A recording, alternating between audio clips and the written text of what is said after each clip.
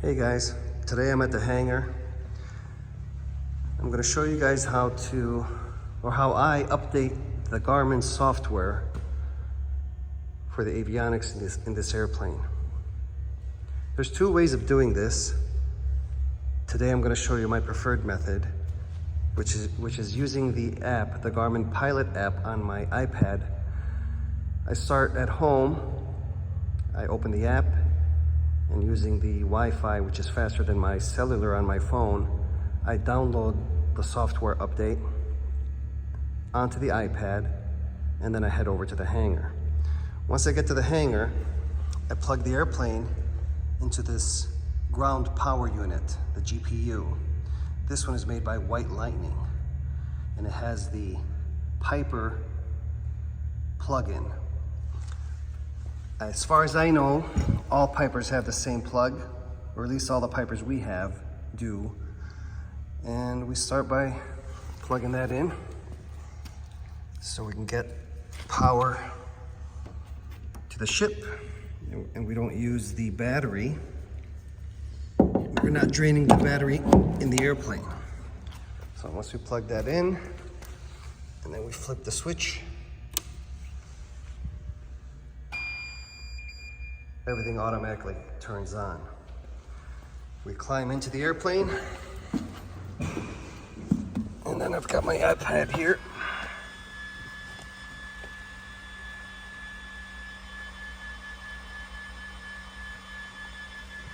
So we open the iPad.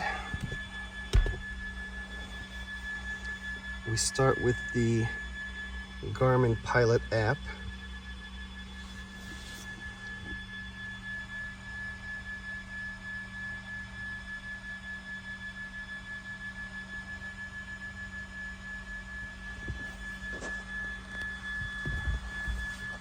Let's see here, what is this saying? It's telling me that there's no internet connection, unavailable for current user. Oh, that's a map that we don't have. Okay, anyway, okay, then I gotta turn on the avionics, so we'll get those on. This airplane has a Garmin G500, which is split into two screens, PFD, MFD, the primary flight display and the multifunction display. And then it has the Garmin 750XI, GTN750XI. The software update, as you can see here, are all expired. Once this iPad, let's get it connected. Okay, there it is. It's already connected to Flightstream 510. Keep it open. I'm gonna go ahead and put it over here, and then we'll come over here. It's connected and it's recognized that we have updates available. So we hit start, and it starts to load. Now, depending on the size of the update, this could be a 5-minute job or it could be a 1-hour job. When it's the larger update, that's when I usually use the other method. The other method is I remove the memory cards and I take them home and I plug them into a card reader, log on to the Garmin site, and then directly download the update to the memory cards. And then when I come back to the airplane, I just throw them back in there and everything is done. So everything has updated, it seems. Let's just see here. The flight charts didn't, so let's try to do that again. Databases, show all.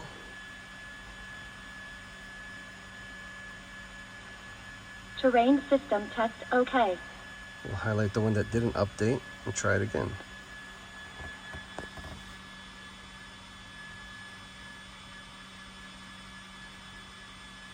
This one may take a minute.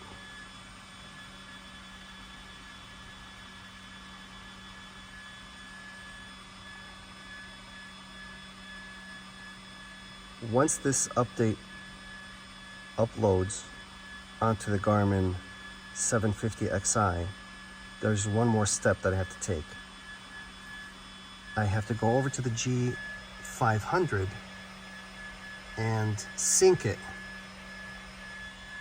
to this one, to the 750, so that the update can move from this unit to that unit.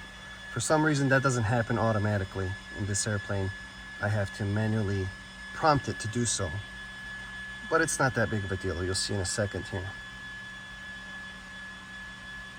So it's already 50% complete. Once every few weeks, an update comes out and you have to do this.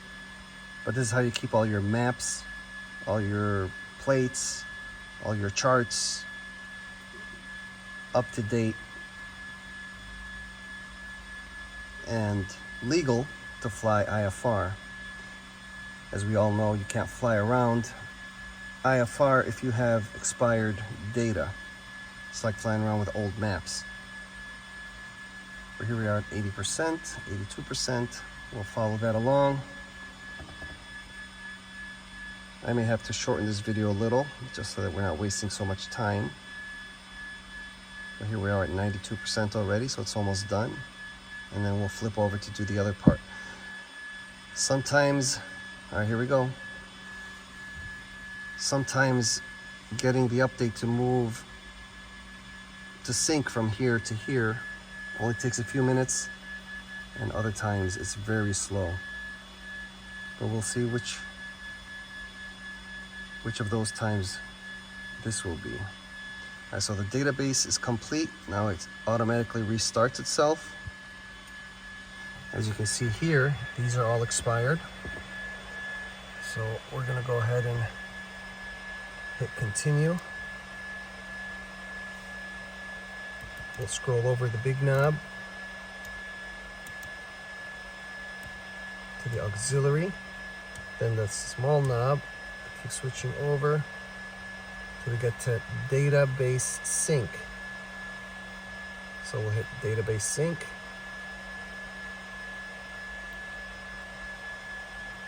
Let's see what this advisory is telling us. Okay, that's nonsense for right now. So maybe we have to hit continue, continue, and now it'll allow us to do it. Let's see. All right, there we go.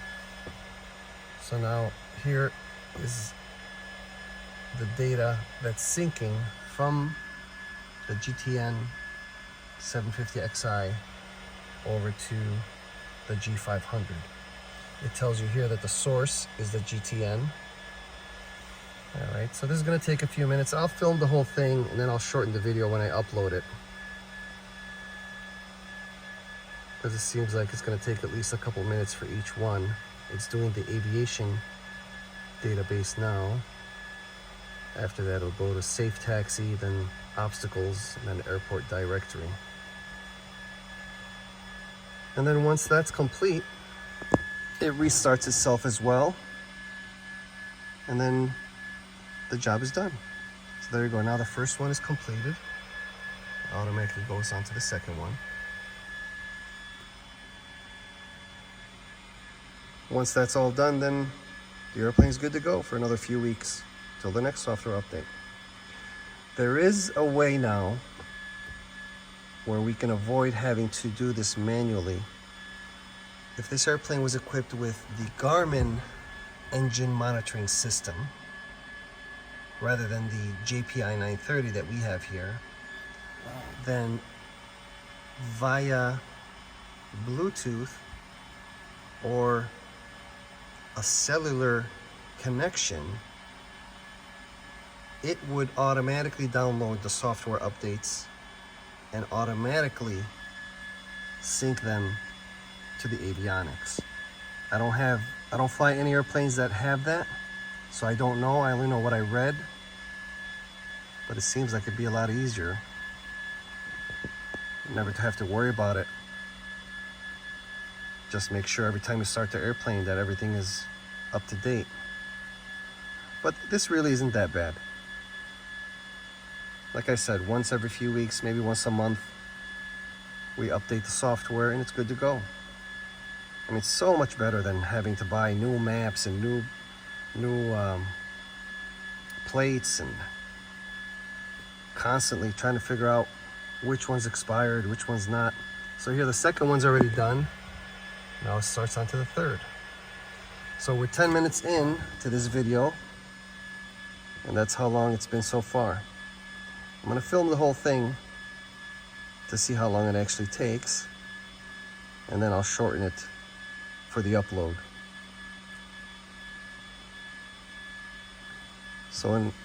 So bottom line is, all we're doing is uploading the software update that we downloaded onto the iPad at home using the Garmin Pilot app. We upload that to the Garmin 750XI. Once it has the information, it updates the rest. It updates to these two G5s, which are the backups, and the G500 PFD MFD. So since we're waiting, I'll go ahead and talk about some of the things that we have on this panel. We'll start from the left. The very first button we have there is the Smart Glide button. That is a really nice feature that comes with the Garmin 750XI and the Garmin G500 Autopilot. And what it's made for is for an emergency, should you have a engine loss, you lose the engine or the engine stops working and you have to glide. Now the old way, we all had to memorize the steps that we would take. For example, the one I have memorized is floor to door, and those steps are: you start at the floor, make sure you're on the fullest tank, then you move up, check the key, make sure that didn't get turned off, then you move over, throttle, fuel, master, fuel pump, carb heat,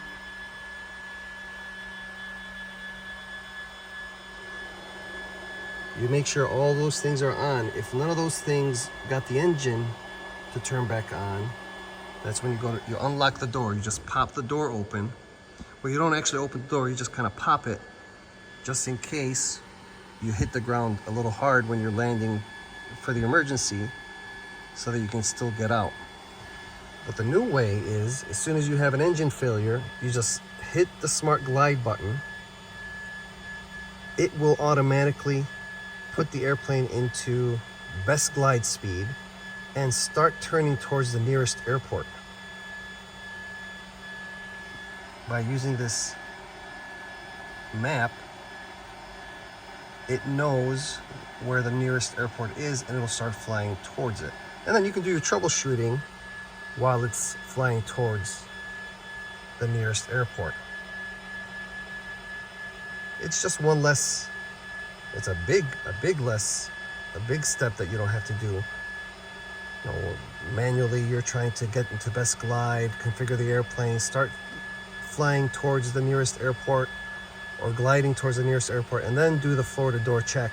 Now you immediately hit the Smart Glide button, and then you can go into your troubleshooting, and hopefully that takes care of it. This thing here is huge help, the Garmin or the JPI 930, because it gives you all the information you need that will help you figure out what the issue is. Okay, so now all the software is complete. So it took about 14 minutes. So we'll go ahead and, it says restart required. So let's go ahead and restart everything. And just turn it off. We'll have to do that, go outside. So let's go ahead. Walk over here.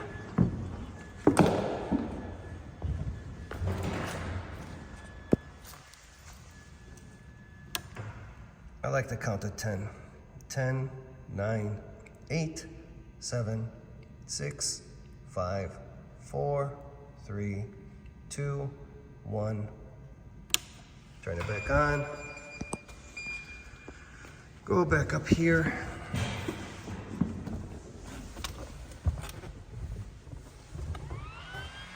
Get the avionics back on. And then we make sure that everything updated properly.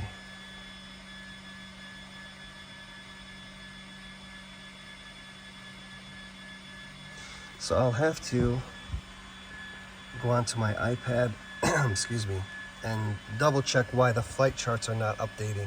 So perhaps that update didn't go through on my Garmin Pilot app.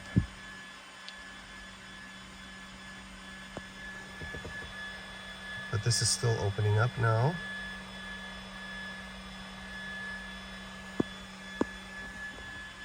Everything else is good. The navigation is good till April 24.